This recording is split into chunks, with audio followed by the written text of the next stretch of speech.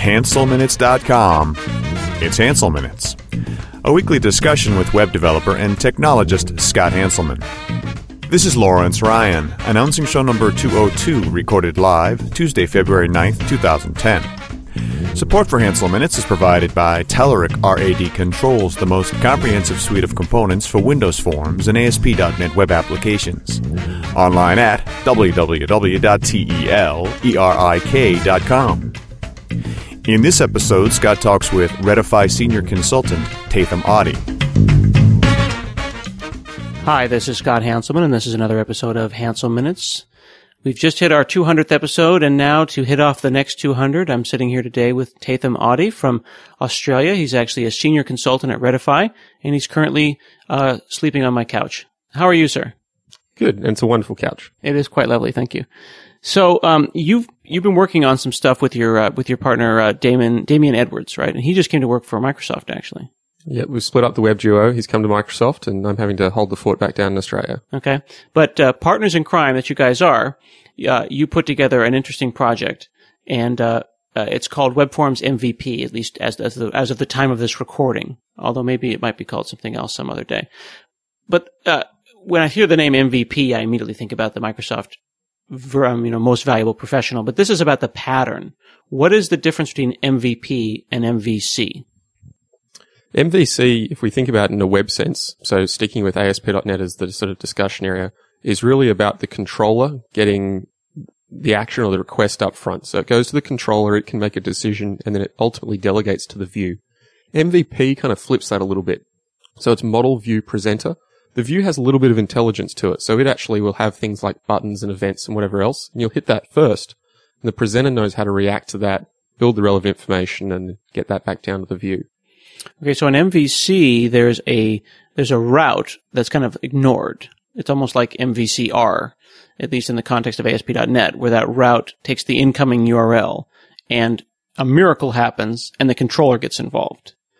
What happens in MVP from the point that the URL is requested and then something happens? So in MVP, in an ASP.NET sense, your view will be something like the ASPX page. And the request will go to that ASPX page. Mm-hmm. You might have a button click or something like that fires. The presenter will react to that. And then it goes back to the view before it goes out to the response. So the presenter's kind of involved in the middle of the request, whereas the controller's involved up front. Is the presenter a kind of a router of its own? In some ways, you could go and change out the view through a presenter, but really it's about taking the view that's there and just displaying the right panels, setting the right states on various things. Help me get the difference between a view and a presenter a little more separate, because I think that some people, maybe myself and maybe people who don't speak English, might think that view and presenter are kind of the same thing. So a view is more about the rendering. So this is the markup we have, and this is how it sits. We want that one to be enabled, this one to be disabled. The presenter is what makes those decisions. So when they click this button, I need to go back to the database, save this record, and then I need to display some information there. So it has the intelligence. And that's also the area where we want to have as much of our code as possible so that we can unit test it. But given what you just said, couldn't one argue that we already have model view presenter in WebForms by itself, that the ASPX page is the view and the presenter is the code behind? It is very close to that, but it's not a very clean implementation of it, and it's very easy to blur those lines and get them mixed up a little bit, and that's where you get into these really spaghetti, ugly WebForms sites. Mm-hmm. And do you think that that's one of the reasons why a lot of people kind of, in the MVC camp, malign MVP as a concept? Or malign WebForms, rather? Yeah, so one of the things that I really like about MVC coming along is that it's not only given people a new framework to work with, but suddenly there's a whole set of .NET developers that have started to care about things like architectures and jQuery and CSS, and there's all this hidden training that's come along the way. And for a lot of people who've been working on WebForms before that, and I know I was certainly one of those people originally, where you could fall into that spaghetti and get a bit of a mess. So MVC was the nice refresh. Mm-hmm. And do you think that MVC kind of makes people happy because of its rigidity, its focus on separation of concerns, and that people with a newly renewed focus of separation of concerns then look back at the web forms that they did before and they said, wow, it was all just kind of mushed together? Sure. And MVC is very much about you put this here and then you put that there and then this here and you've got that separation of concerns, and it's very much convention as well. Whereas WebForms, if you want to get that nice architecture, you've really got to work for it a little bit. Mm-hmm. It doesn't have anywhere near that rigidity at all. So is there by creating a project on top of WebForms, by enhancing WebForms with a WebForm, what you're calling WebForms MVP or WebForms Plus, you're making a statement about WebForms, right? Just by virtue of the existence of the project. What are you saying? Are you saying that it is deficient in some way? That WebForms has dropped the ball and you're picking it up, or what is your project saying by its existence? Well, we still see that there's value in WebForms, the same as there's obviously value in MVC. It really depends on what do you want to work with and what's the platform that's right for you. With WebForms existing, we felt that we could improve upon it and help out with these architectures, put some of the base framework in place that will allow you to do clean WebForms development and testability.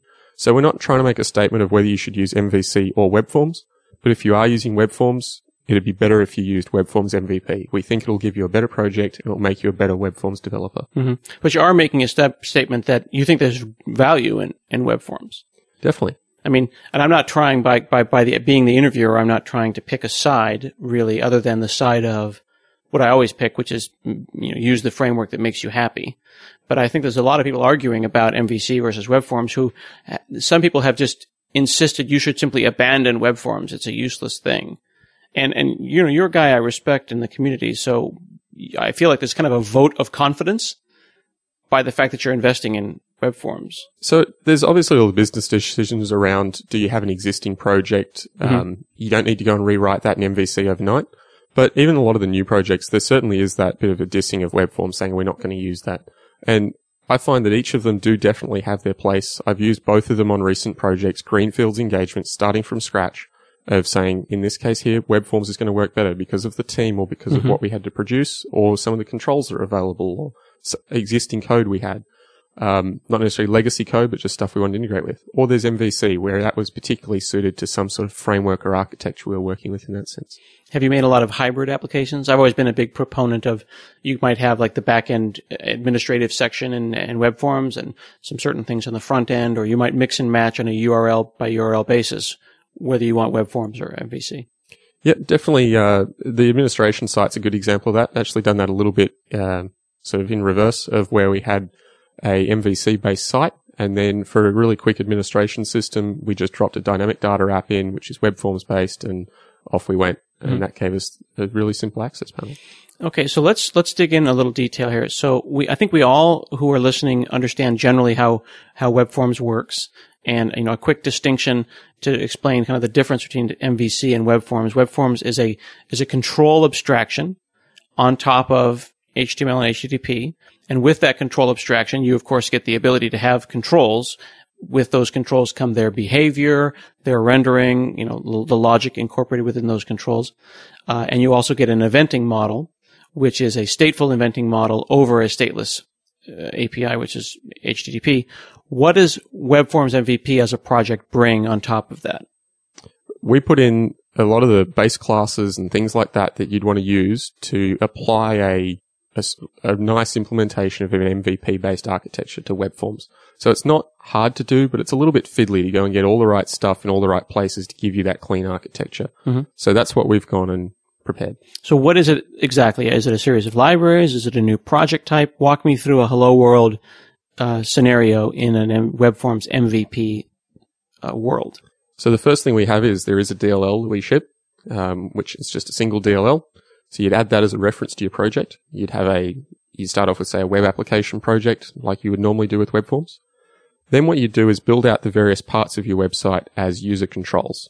So one of the really nice things about WebForms and that control abstraction is not necessarily, there's the usual argument of saying, I can drop on this really big fancy data grid. I don't actually find that the best part. What I really like is the ability to composite pages. So you've got something like a really complex e-commerce site, and you've got menus down the side that are dynamic and carts on the top and all that sort of stuff. You can build each of those sections of your pages as controls. Mm-hmm. With WebForms MVP, you'd inherit each of those from an MVP user control. You define a model that it uses, and that's a presentation model.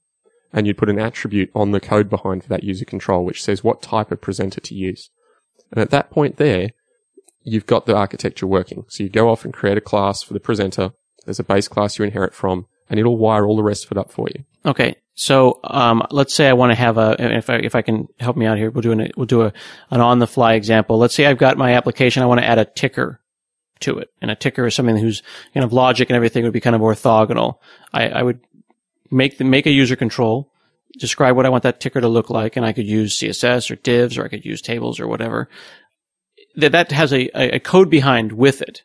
So that would have a code behind that would normally inherit just from user control. Right. You would change that to inherit from MVP user control of type model. So the same as when you do a view in MVC, you have a strongly typed model. That's what we've got for WebForms now as well. So you do an MVP user control of ticker model. You'd put an attribute on it, presenter binding, type of ticker presenter. That's the control done. Off you go, create a new class, call it ticker presenter, inherit from presenter of ticker model. At that point there, you've got a environment which feels very familiar to coding in a page behind. So you've got a load event that you can subscribe to.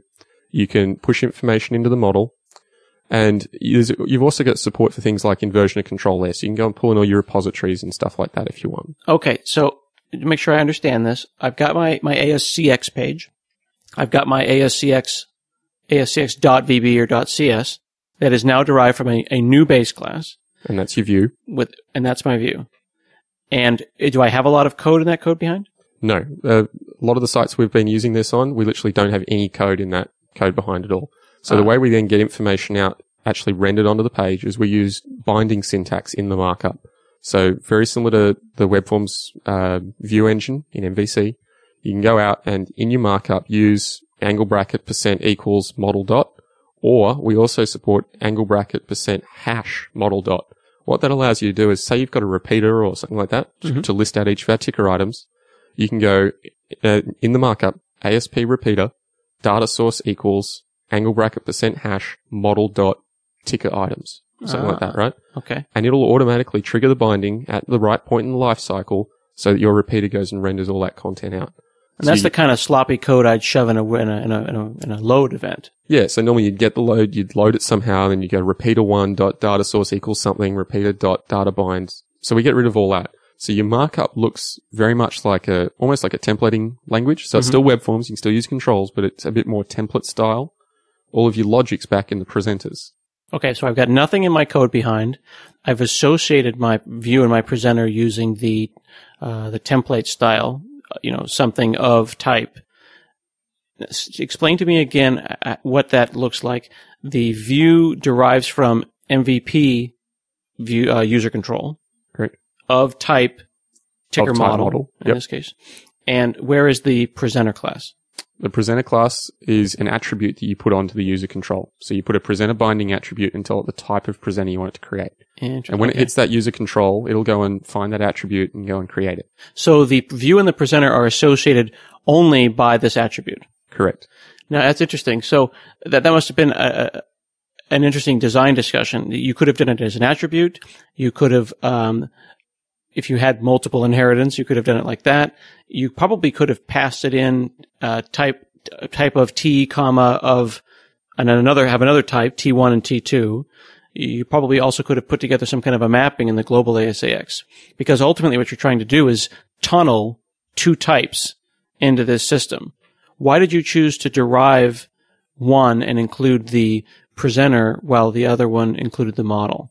So the first thing you pick up on there is the idea of that we could have put in a whole bunch of places, and we do actually allow that. So that the way that it finds which presenter to use for a view, we call a presenter discovery strategy, and you can completely replace how that works. Oh, so if you don't like the post-it note style of attributes on the class, you can put them wherever you want. You can go and store them in a SQL database if you want. Probably not the best plan, but you could. Sure. The reason we did it through attributes, well, first of all, the reason that the model is there as a generic type argument is so that we get all the nice IntelliSense support actually in the view markup. So you go model dot, it shows up. And we need inheritance to do that. And that makes sense because it's part of the view's contract, what data it requires in the model. The presenter, though, there are some other scenarios that we wanted to support around. You can actually go and move that attribute off to the page and say, anytime you find one of these user controls, use that presenter for it. So then putting that user control on different pages could have different presenters wired up to them. And we also support things like composite views and shared presenters as other architectures. Hi, this is Scott Hanselman from another parallel universe. Got to tell you about some of our things our sponsors are doing. They make this free podcast possible. If you're developing a new line of business application, you've probably tried the latest version of Silverlight. Now you can get even better results by combining the functionality in Silverlight 4 Beta with some of the richness of the third-party controls from our friends at Telerik. They're the first vendors to offer native support for the Silverlight 4 Beta and their rad controls. They've got a new Silverlight 4 CTP suite of these controls. They let you tap into the framework's great potential. You got native right mouse click and all the new features of Silverlight. There's 38 controls that give you all these features. You can start building those compelling line of business applications right away. I encourage you to check those products out at telerik.com/Silverlight. And, thank Telerik for supporting .NET Rocks, supporting Hansel Minutes on their Facebook fan page at facebook.com/Telerik. Now back to the show. So that gives me, in my mind at least, I think I can understand the kind of standard page load scenario, that initial load. You've tidied up, what could be potentially a mess in page load. What about the postback model? What about the event model? There could be, let's say, multiple buttons in a combo box in this ticker, all of which could have events behind them, or multiple events. How does that get handled? So you would have the controls as, say, ASP button controls or whatever you want in your markup. You would subscribe to the events in the markup. And then this is one point where you do have a little bit of code behind in the view, but all you do is catch that event and proxy it back up to the presenter. So on the view, what you then do is, same as you're already inheriting from MVP user control of ticker model, you would then implement an iTicker view, which describes what events your view is going to raise back to the presenter. And that's a grand total of 4 lines of code. And where does that interface come from? You have to create that You yourself? would write that yourself. And the value of writing that yourself is it then means you can mock the view, because the model's a concrete class. It's dumb. It's just a bunch of properties. That's easy. The presenter, you don't have any dependencies on it. They're all in version of control, whatever you want to do. Mm-hmm. The view is the bit that you need to break out for testing. So having a view interface allows you to completely mock all the interactions of that user control for the purpose of testing the presenter. Okay, so expand on that a little bit, because, WebForms, the one thing that people complain about is that they can't test it. What are we testing and what are we not testing? What parts of the system go untested? And is that or is that not okay? So the only part of your code that you wouldn't test is in the code behind files, those event proxies. Mm. So your markup is basically markup. In pretty much any platform in the world, you don't really test the markup output. And that's fairly clean and obvious how that works. Right, unless you use Selenium or something like that, yeah. Functional testing or something on top of it. Sure. In a unit testing sense, we've moved all of the unit testable code into the presenter, which is basically all of the logic.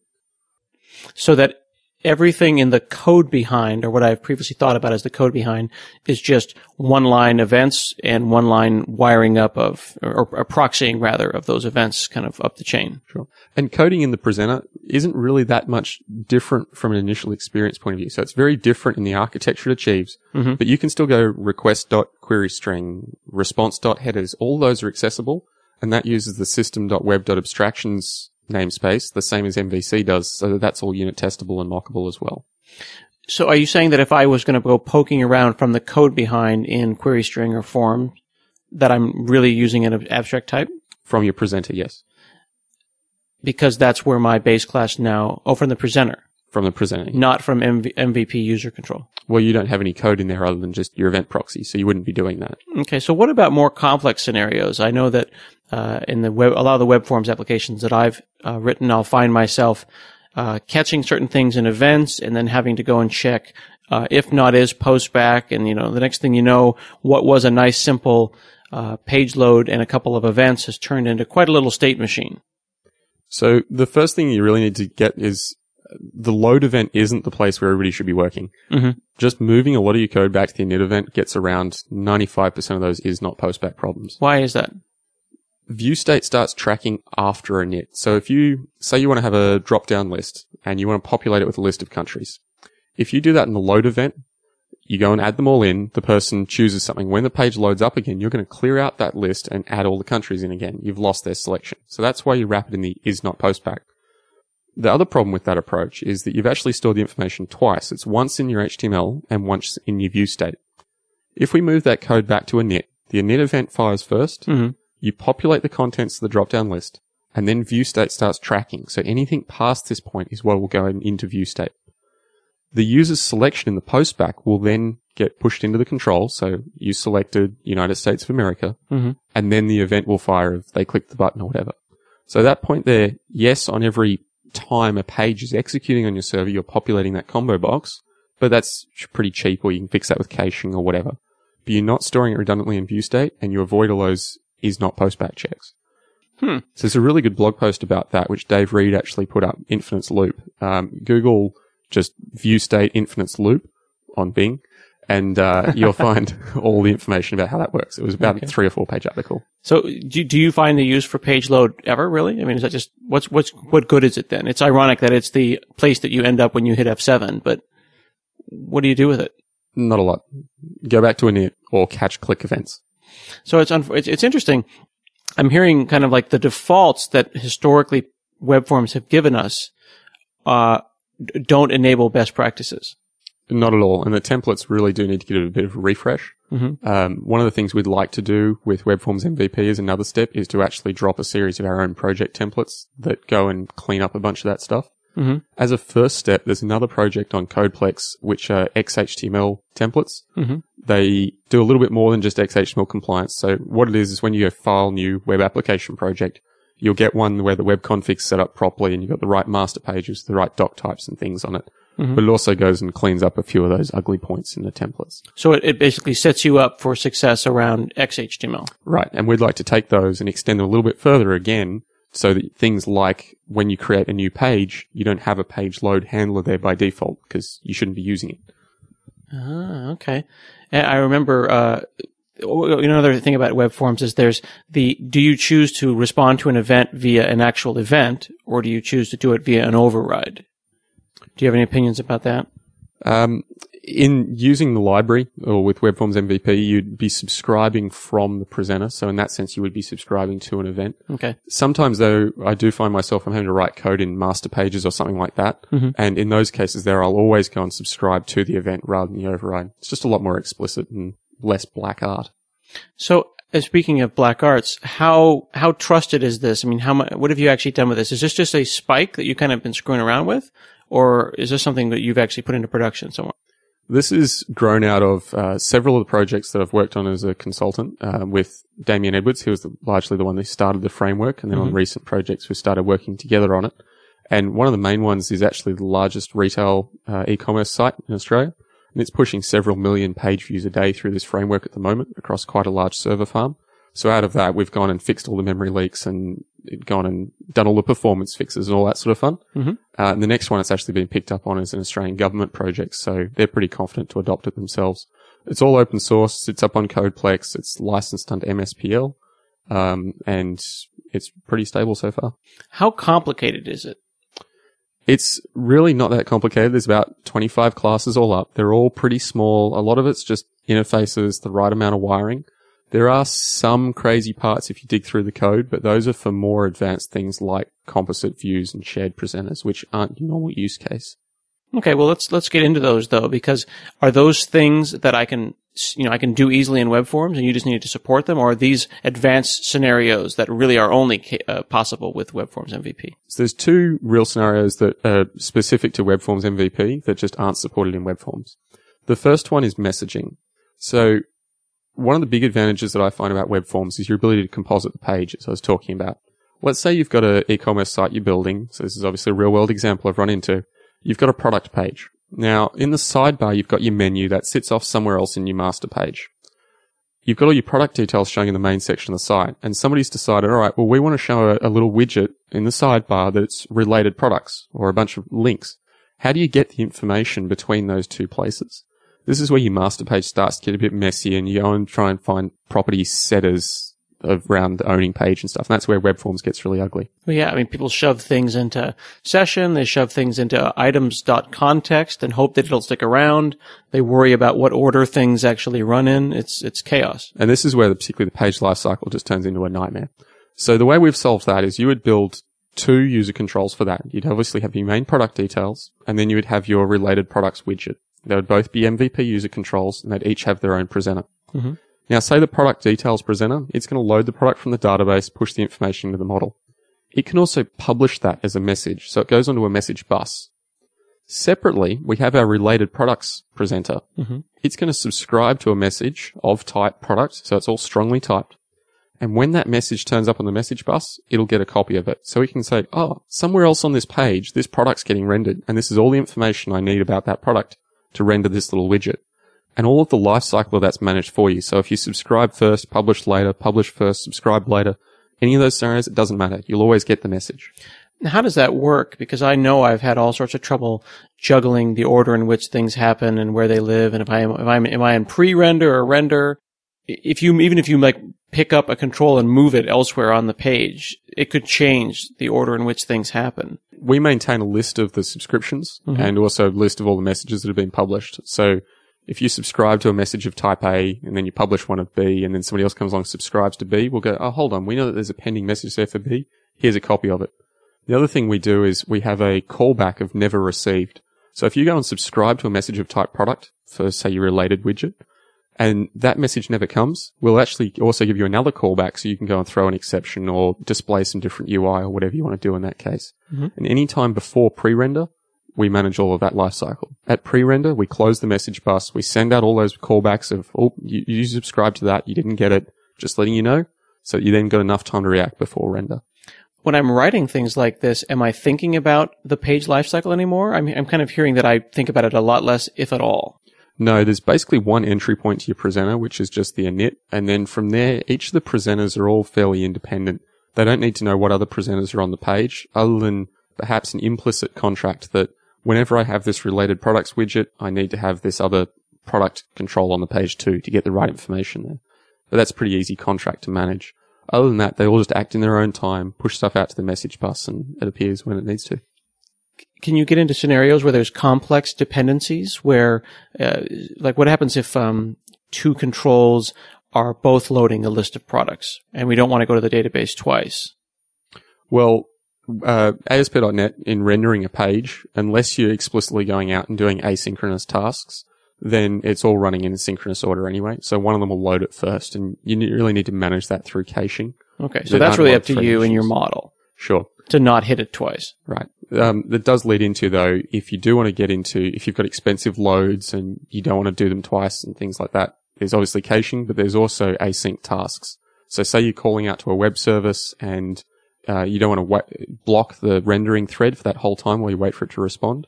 WebForms already has support for asynchronous page tasks built into it, but we've brought that up through the WebFormsMVP framework as well, so that from your presenter, you can lodge asynchronous tasks and get callbacks when they're completed to participate in all that life cycle as well. Now, what if I want to start using a bunch of JavaScript and jQuery and Ajax type stuff? Am I going to go and use jQuery and MooTools and that kind of stuff, or am I going to use the Microsoft Ajax controls? It's really independent of whether you're on MVC, WebForms, WebFormsMVP, or anything really, because your view should have that nice separation. On the last major project we used this on, the e-commerce site, we chose to use the Microsoft Ajax libraries and the jQuery libraries because Microsoft Ajax gave us a really nice script loader, which makes it really easy from different pages and master pages and things to represent all the scripts we need, push them out combined at runtime, things like that, and a really nice way of calling web services. jQuery obviously gives us a really nice platform for doing progressive enhancement on the client. One of the things we had on this site was that up in the header, it had like 6 items in cart. And if you clicked that, it would slide down the cart, like a bit of UI would just slide down over the page and show the number, what was actually in your cart. So that they would use jQuery to attach to the link, because normally it's just a hyperlink goes to the cart page. So if you don't have JavaScript, you go to the cart page. If you click it with JavaScript, jQuery will catch that, slide down the interface, and would use the Microsoft Ajax libraries to do a web service call to find out what was actually in your cart. So we didn't need to embed that information in the page. That's a really nice example of like we said, progressive enhancement. Sure. So we had full support for non-JavaScript along the way. And it really wasn't that hard to do. It gives you that nice experience. So if I click on the items in cart link, that takes me to the cart.aspx page. But if I've got JavaScript, I'm going to get a nice, local example of that. What did that web service call to get the list of things in the cart? Did it call an ASMX page or did it call? Yep. We just had an ASMX that was then just published through the Microsoft Ajax script loader. It has a really nice services node. Does the JavaScript proxy. Really easy to call client side. And even with the WebForms MVP framework, we actually have full support for web services, HTTP handlers, everything like that applying the same architecture. So you can have web services with presenters sitting behind them. So if I wanted to do an ASHX, an HTTP handler of my own and return JSON custom, I could do that, or I could use an ASMX/JS and do it that way. Yep, you just create where your HTTP handler would normally inherit from HTTP handler. You just change it to MVP HTTP handler, put the presenter binding attribute on it, and there you go. You're up and running. Okay, so you've got base classes for basically everything. We do user controls, HTTP handlers, and web services, but you don't need to use the base classes.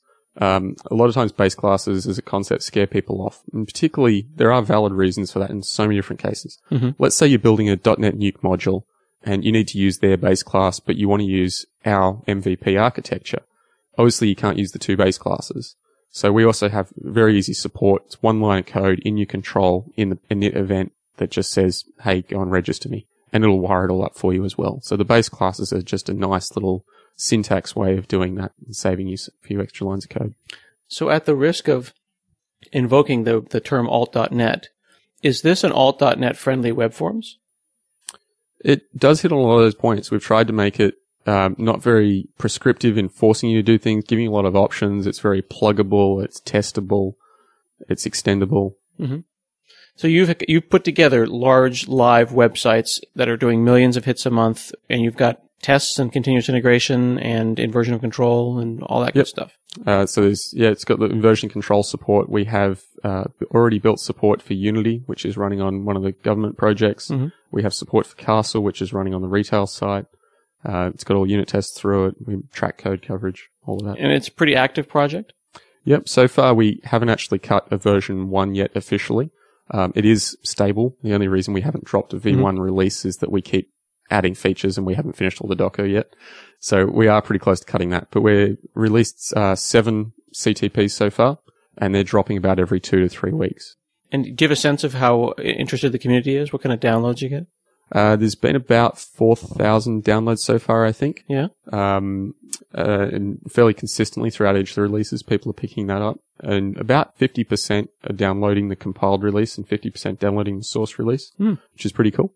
And there's actually also a contrib project that's already spun up for it. One of the other guys in the community has spun up WebFormsMVP contrib.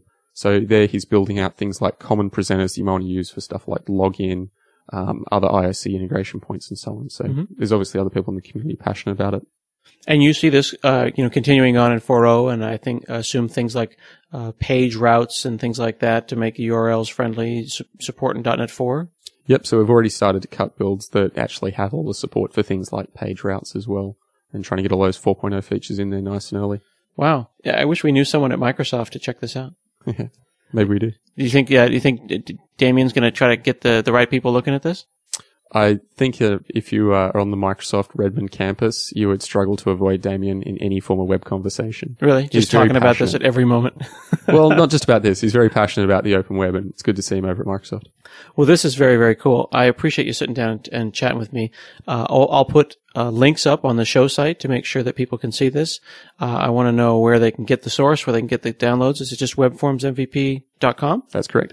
And what is the name of the site, the Australian site, that I can actually go and shop and see this live? That's graysonline.com. So GRAYS online.com. That's Grays Australian bidding and retail buying our site. And they're running this stuff live and they're happy with it. Yep. Fantastic. Well, thank you so much, Tatham Oddie, for sitting down. And you should probably go and have a nap on the couch now. Wonderful. Thank you, Scott. This has been another episode of Hansel Minutes, and we'll see you again next week.